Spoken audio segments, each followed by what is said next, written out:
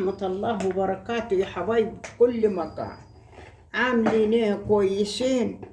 انا هين بعد ما حاولت كده من عياني هعمل لكم هعمل لكم صينية كوسة بالبشاميل يا حبايب قلبي. وخطيتها زيت اهين ومعلقتين سمنة. الحمد لله والشكر لله.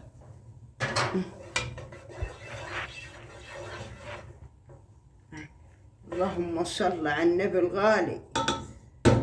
اللهم عنا يا رب. بسم الله الرحمن الرحيم.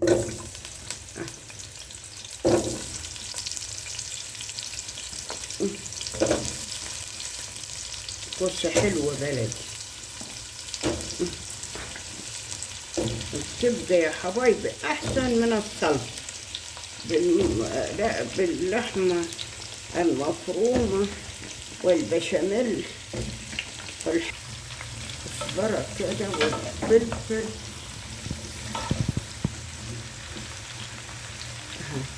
بسم الله الرحمن الرحيم.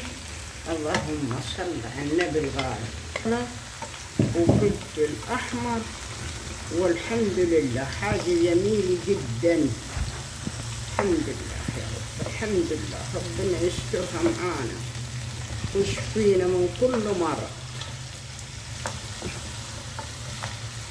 بس نقلبها كده شوية لحمة المفرومة فيها رجال. أي حبايبي حسيبها كده تقبل شوية كده مع الزيت والسمنة والتوابل الثوم وكده تاخد شوية. هعد عليكم تاني حبايبي. أيوة يا حبايبي دلوقتي أحط اللحمة بعد الكوسة ما دبلت وبقت حلوة كده وعسل أمر يا أخوات.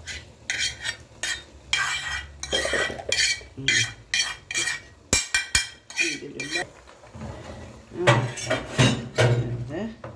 استنى خليها تشرب طبعاتها كده.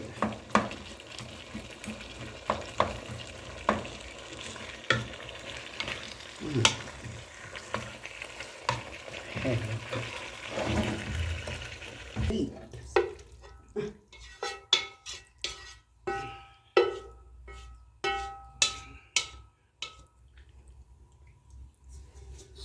بسم الله الرحمن الرحيم. بسم الله الرحمن الرحيم. اللهم صل على النبي الغالي. حاجة يا حبايبي بالبركة على قد الإيد. اللحمة قليلة معليش. يلا هنعمل ايه. بسم الله الرحمن الرحيم. اللهم صل على الحبيب. دي البشاميل يا حبايبي.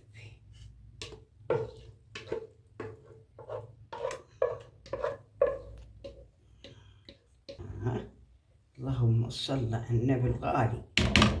اللهم صل على محمد. سلام. ربنا يبارك يا رب.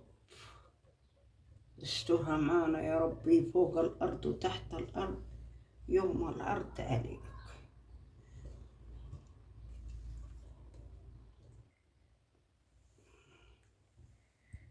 الرسول عليه الصلاة والسلام يقول لو طبق خدت اللي فيه بركة.